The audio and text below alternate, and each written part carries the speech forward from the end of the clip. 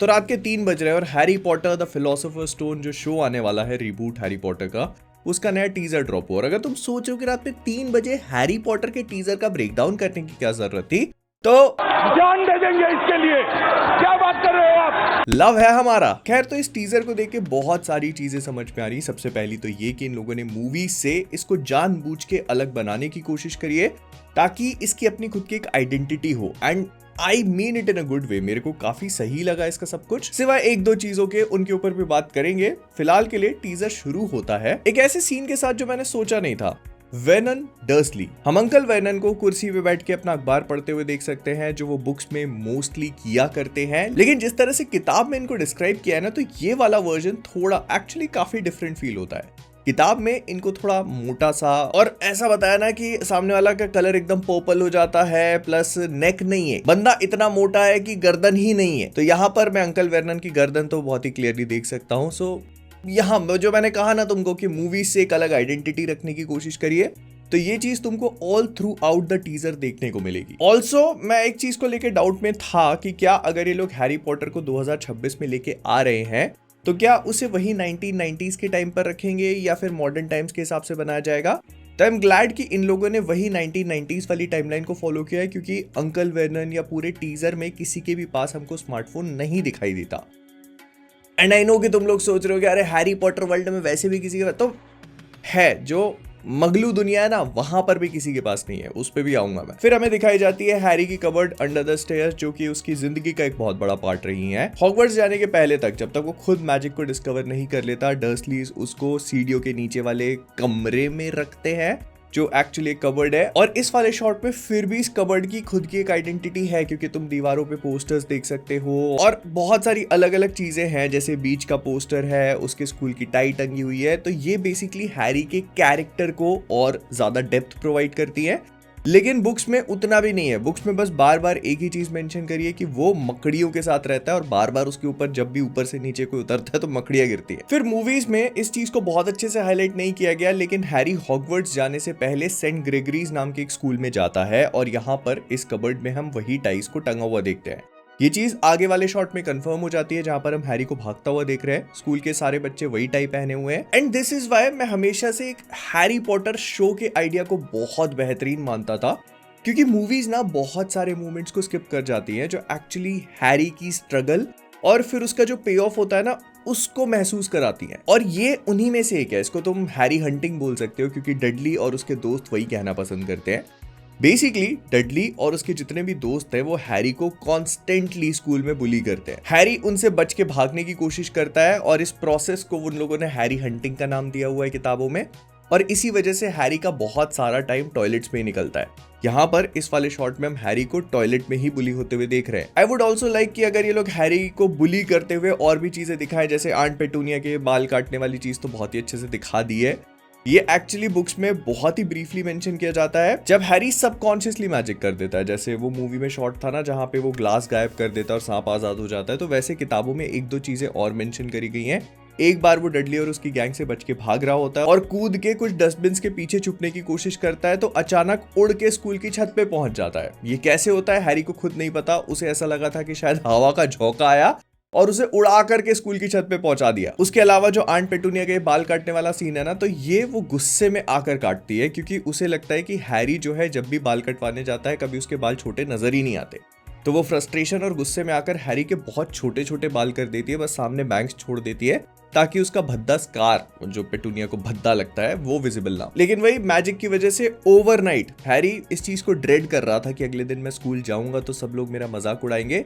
लेकिन ओवरनाइट उसके बाल वापस उग जाते हैं। जब वो सुबह उठता है तो उसके बाल वापस वैसे के वैसे ही होते हैं, जिस वजह से आंट पेटूनिया उसको फर्दर पनिश करती है। मुझे बहुत अच्छे से याद नहीं, मे बी एक आध हफ्ता खाना वाना नहीं देती। हाँ, ये बहुत नॉर्मल है किताबों में, उसके लिए उसको बहुत सीवियर पनिशमेंट्स मिलते हैं और उनको बहुत ही कैजुअली दिखाया जाता है। एंड दिस इज वाई आई से कि मूवी इस चीज को जस्टिस नहीं करती। जो उसकी स्ट्रगल्स हमको बुक में पता चलती हैं वो मूवी में कभी दिखाई ही नहीं गई, इसी वजह से उसका पे ऑफ उतना स्पेशल है ही नहीं। फिर अगर तुम नोटिस करते हो तो हैरी जो है उसके कबर्ड में कोई बेड नहीं है, सिर्फ मैट्रेस है। यहाँ पर हम उसको क्लियरली फ्रस्ट्रेटेड देख सकते हैं और इस वाले शॉट को देख के भी समझ में आ रहा है कि उसको फोर्सफुली कबर्ड में बंद किया हुआ है। तो ये प्रोबेबली वो पूरी सीक्वेंस होगी जहां पर लेटर्स आने शुरू होते हैं। एंड बस फिर यहीं से हैरी की जर्नी की शुरुआत होती है, क्योंकि हम लोग हैरी और हैग्रिड के बीच में कन्वर्सेशन देखते हैं जो लंदन की ट्यूब में हो रही है। बेसिकली वो लोग मेट्रो को ट्यूब कहते हैं, तो उसमें बैठकर ये लोग बात कर रहे हैं। ये चीज एक्चुअली मूवी में नहीं थी, इनफैक्ट मूवी में थी लेकिन एक डिलीटेड सीन में, मतलब इन लोगों ने उसको फिल्म किया था फिर काट दिया बिकॉज दे थॉट कि ये बहुत लंबा हो रहा है।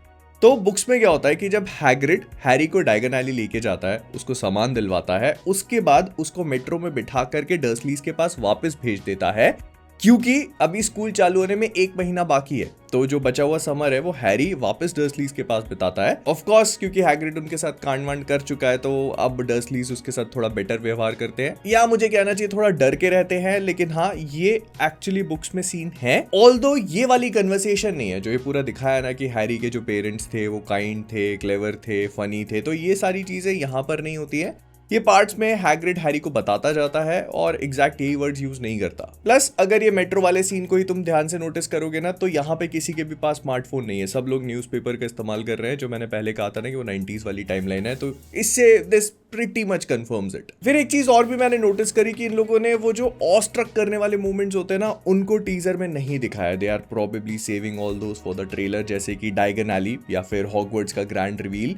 इसके अलावा भी बहुत सारी छोटी छोटी चीजें हैं जिनको देखकर तुम्हें लगता है ना वो ग्रैंड हॉल जब पहली बार हम लोग देखेंगे, तो ये सारी चीजें जो एक नॉर्मल इंसान के अंदर उस पूरे मैजिकल वर्ल्ड को देखने के बाद एक अमेजमेंट वाली फीलिंग आती है ना कि माय गॉड ये क्या देख रहा हूं मैं, तो वो सब इन लोगों ने छुपा के रखा हुआ है। फिर हम मिसेस वीजली को देखते हैं जो रॉन को हक करके हॉगवर्ट्स एक्सप्रेस में बिठा रही है। फिर ये लोग हॉगवर्ट्स की तरफ जाएंगे और ये वाला शॉट भी काफी इंटरेस्टिंग है, क्योंकि हैग्रिड जो है वो फर्स्ट ईयर स्टूडेंट्स को लेकर के हॉगवर्ट्स की तरफ जा रहा है। ये चीज मूवी में बहुत अच्छे से हाईलाइट नहीं करी, लेकिन जितने भी फर्स्ट ईयर्स होते हैं उनको बेसिकली बोट पे ग्रेट लेक के ऊपर से लेके जाया जाता है, लेकिन सेकंड से 7th ईयर जो होते हैं उनको थेस्ट्राल्स उनकी वैगन को कैरी करके लेके जाते हैं। आई थिंक 5th पार्ट में थोड़ा बहुत दिखाया था, लेकिन मुझे बहुत अच्छे से याद नहीं है। फिर हॉगवर्ट्स का जो एंट्रेंस हॉल है, इसकी हमें पहली झलक देखने को मिलती है और इट लुक्स एब्सोल्युटली ब्यूटीफुल। मतलब तुम हॉगवर्ट्स को जब भी इमेजिन करते हो ना, तो it has to be something जो तुम्हारे अंदर एक ऐसी भावना को जगा दे जिसे देख के तुम्हें लगे कि मैं बस यहाँ पहुंचना चाहता हूँ। एंड इस ग्रेट हॉल को देख के I have that feeling, I felt it कि हाँ ये बहुत अच्छा है।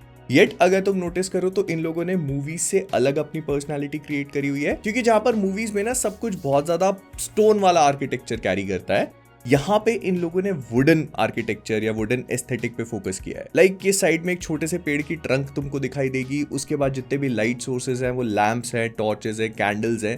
तो this is a very good detailing जो कि इसको हॉगवर्ट्स जैसा बनाती है, येट थोड़ा सा डिफरेंट। प्लस यहाँ ऊपर कोने में हम लोग स्लिदरिन और हफलपफ के बैनर्स को भी स्पॉट कर सकते हैं। फिर हमें प्रोफेसर मैकगोनागल की पहली झलक देखने को मिलती है। आई वुड से कि ये कास्टिंग काफी ऑन पॉइंट है, मतलब जैसा बुक्स में मैकगोनागल को बताया गया है एंड जिस तरह से मैगी स्मिथ ने उनको प्ले किया था वो बहुत ही ब्रिलियंट था। ये वाली भी आई वुड से मतलब लुक वाइज मुझे काफी सही फील हो रही है। लाइक मैकगोनागल किताबों में स्ट्रिक्ट है, लेकिन टाइम आने पे थोड़ी लीनियंट भी, मतलब वो अंदर से ग्रिफिंडोर को सपोर्ट करती है, लेकिन क्योंकि राइचियस भी बनना है तो ऐसे खुल के नहीं कर सकते। फिर हमको दिखाई जाती है सॉर्टिंग हैट जो कि थोड़ी सी डिफरेंट लग रही है। बुक्स में इसको ऐसे दिखाया है कि काफी वेयर एंड टेयर के बाद ये टूट फूट सी गई है, फट सी गई है जगह पे, बट इसका कलर बहुत अच्छे से क्लियर नहीं किया। सो ऐसा कहा जा सकता है कि शो में सिर्फ स्नेप ही नहीं है जिसका रंग बदला है। फिर इसके बाद वाला शॉट ना मुझे काफी बढ़िया लगा, क्योंकि उसमें हैरी, रॉन, हर्माइनी को हम बस हॉगवर्ट्स के हॉल्स में वॉक करता हुआ देख रहे हैं। वो जो मैंने वुडन एस्थेटिक की बात करी थी वो यहाँ पर और भी अच्छे से निकल के आता है। प्लस ना मूवीज इन चीजों पे कभी बहुत ज्यादा एम्फेसाइज नहीं कर पाई, क्योंकि हम लोग मूवीज में जब भी हॉगवर्ट्स को देखते हैं तो उसमें कहीं ना कहीं प्लॉट प्रोग्रेस ही हो रहा होता है। मतलब ये तीनों आपस में बात करके हॉगवर्ट्स के हॉल से बस निकल रहे होते हैं प्लॉट को आगे बढ़ाने के लिए। बट इस शॉट को देख के समझ में आ रहा है कि वो लोग बस समय दे रहे हैं, ठहराव दे रहे हैं, जो हम हमेशा हैरी पॉटर की बुक्स में एक्सपीरियंस कर पाते हैं। तो आई जस्ट होप कि ये शो, क्योंकि इनके पास ज्यादा एपिसोड्स हैं, ज्यादा टाइम है, तो उस ठहराव को कैप्चर कर पाए जिससे हम लोग हॉगवर्ट्स की पूरी फील को ले पाए। प्लस अगर यहाँ तुम साइड में नोटिस करोगे तो एस लिखा हुआ है, सांप बना हुआ है, ये पूरा स्लिदरीन के बैनर्स टंगे हुए हैं। इसके पीछे जो पॉसिबिलिटीज हैं वो ये हो सकती हैं कि शायद क्विडिच मैच होने वाला है जिसमें स्लिदरीन पार्टिसिपेट करेगा, तो ये सब लोग स्लिदरीन को सपोर्ट कर रहे हैं। या फिर दूसरी पॉसिबिलिटी ये हो सकती है कि पिछले 6 सालों से हैरी के हॉगवर्ट्स में आने से लगातार 6 साल पहले तक स्लिदरिन इज द वन जो हाउस कप जीतता आ रहा है। तो इसी वजह से जितना भी डेकोर है वो स्लिदरिन स्टाइल में है। फिर हमको ओलिवांडर दिखाए जाते हैं जो हैरी को उसकी छड़ी प्रेजेंट कर रहे हैं। दिखने में काफी सिंपल है, वही हॉली फीनिक्स फेदर का कोर है इसके अंदर। हम सब लोग जानते हैं कि हैरी को इस छड़ी ने क्यों चुना, इसका ट्विन किसके पास है और इसका फेदर कहां से निकल के आया है। I should not have to spoil it जिन्होंने नहीं देखा उनके लिए। फिर इसके बाद वाला शॉट भी मुझे काफी आई हैव टू से कि जो हॉगवर्ट्स का एस्थेटिक है ना, वो गॉथिक आर्किटेक्चर और वो पूरा एस्थेटिक आई फील कि इस शो ने काफी अच्छे से नेल किया है। I mean look at this classroom. I mean अगर डिटेल पे जाएंगे तो प्रोजेक्टर पे मोस्ट लाइकली हॉगवर्ट्स की इमेज प्ले हो रही है। मुझे लगता है कि ये क्लास जो है हिस्ट्री ऑफ मैजिक की हो सकती है, क्योंकि फर्स्ट ईयर में इन सबको पढ़ाया जाता है। अनदर डिटेल जो मूवी में ओवरलुक कर दी गई थी, क्योंकि इसको पढ़ाने वाले प्रोफेसर बिन्स जो है वो गोस्ट होते हैं और वो मतलब मुझे अच्छे से याद नहीं है, लेकिन जो मूवी फ्रेंचाइजी थी शायद उसमें हमने कभी भी प्रोफेसर बिन्स को देखा ही नहीं। आई मीन एक आध बार कभी दिखाए होंगे बट मुझे शायद याद नहीं है। तो ये शायद प्रोफेसर बिन्स की हिस्ट्री ऑफ मैजिक की क्लास है जहां पर वो हॉगवर्ट्स के बारे में पढ़ा रहे हैं। प्लस अगर तुम एस्थेटिक देखोगे ना तो ये पूरे हॉल में बस कैंडल लाइट की रोशनी है, which is absolutely beautiful. Plus notice करोगे तो हैरी, हर्माइनी और 2-4 बच्चों को छोड़कर जितने भी हैं सबको नींद आ रही है। All the more reason to think ये प्रोफेसर बिन्स की क्लास है, क्योंकि बुक्स में उनके साथ यही होता है, सबसे ज्यादा बोरिंग क्लास मानते हैं उसको। फिर आता है ग्रिफिंडोर कॉमन रूम का एक शॉट और वर्टिकलिटी काफी अच्छे से दिखाई गई है। जितनी भी डॉर्मेटरीज हैं वो हमको मूवीज में बहुत अच्छे से देखने को नहीं मिली। बेसिकली जो ग्रिफिंडोर कॉमन रूम है उसका स्ट्रक्चर क्या है हम लोगों को मूवी से कभी भी इस बात का अंदाजा लगता नहीं है। तो आई होप कि इस शो में उस चीज को लेकर भी हमें थोड़ी क्लैरिटी मिले कि कैसा कॉमन रूम है, फिर कहां पर डॉर्मेटरीज हैं। तो ऐसा लगता है कि ये शो उस चीज को भी क्लियर करेगा। फिर हमें मैलफॉय, क्रैब गोयल और शायद इसके साथ में पैंसी पार्किंसन खड़ी हैं, वो दिखाए जाते हैं। ये लोग अपने वॉन्ड्स निकाल के मोस्ट लाइकली हैरी को धमकाने की कोशिश कर रहे हैं। हो सकता है कि मिडनाइट डुएल जो चैप्टर था उसके पहले की सीक्वेंस हो, जहां पर इन दो के बीच में धमकीबाजी होगी और फिर चैलेंज किया जाएगा कि आ जाना, मिल लेना रात में आकर के। फिर ये वाला शॉट भी मुझे काफी अच्छा लगा। In fact I like the fact कि इन लोगों ने थोड़ा सा क्विडिच को टीज किया है कि कितना ज्यादा क्विडिच हम लोग देख पाएंगे इसमें। पहली बात तो निम्बस को अनपैक कर रहे हैं, तो किताबों में जब निम्बस हैरी को मिलता है तो बहुत अच्छे से डिस्क्राइब नहीं किया गया, लेकिन ऐसे बॉक्स के अंदर नहीं आता वो। उस पैकेज को देखकर ही ये समझ में आ जाता है कि उसमें कोई ना कोई ब्रूमस्टिक है। ये झाड़ू हैरी को मैकगोनागल देती है क्योंकि she knows how much potential he carries, और हॉगवर्ट्स के जो झाड़ू हैं वो उसको जस्टिफाई नहीं कर पाएंगे। तो हैरी और रॉन उसको अपने कॉमन रूम में ले जाके खोलते हैं, क्योंकि मैकगोनागल उनको स्पेसिफिकली इंस्ट्रक्शंस देती है कि लोगों के सामने मत खोलना, नहीं तो फिर सब मांगने लगेंगे। एंड इसी के अगले शॉट में ना हम हैरी को वो ब्रूम कैरी करता हुआ भी देख रहे हैं। अब ये भी मुझे काफी इंटरेस्टिंग चॉइस लगी, इन सब की यूनिफॉर्म्स बहुत डिफरेंट है।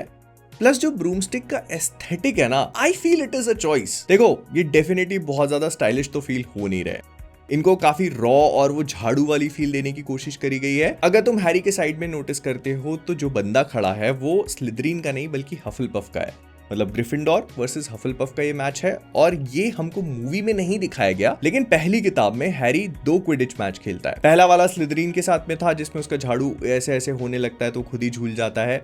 दूसरा वाला जो मैच होता है ना वो हफलपफ के साथ होता है, क्योंकि ये लोग स्लिदरीन से जीत चुके हैं। तो ये मोस्ट लाइकली सेकंड मैच होगा, और अगर तुम हफलपफ वाले बंदे के झाड़ू पे नजर डालोगे ना तो उसके 4 टेल फिन है, वेरस जो हैरी के पास निम्बस 2000 है उसका सिर्फ 1 टेल फिन है, या इसको 2 कह सकते हो तुम, मोस्ट लाइकली उसको एरोडायनेमिक बनाने के लिए। बट या एस्थेटिकली आई डोंट नो, मेरे को इसको और थोड़ा अच्छे से देखना पड़ेगा। अब जिन लोगों ने किताबें नहीं पढ़ी उनके लिए पोटेंशियल स्पॉइलर हो सकता है। तो ये वाला मैच ना काफी इंटरेस्टिंग था। सबसे पहले तो जो इसकी सेटिंग है ना वो किताबों में ऐसी नहीं होती है, ये फरवरी मार्च के आसपास होता है, जिस वजह से बहुत बारिश होती है, ग्राउंड पूरी तरह से मडी है, स्नो नहीं होती। स्नो स्लिदरीन वाले मैच में होती है, वो भी इस तरह की नहीं। तो काफी ज्यादा बारिश में लोग खेल रहे होते हैं, ऑलरेडी प्लेयर्स परेशान हैं, लेकिन इनकी परेशानी बढ़ा देता है इस मैच का रेफरी जो कि है सेवरस स्नेप।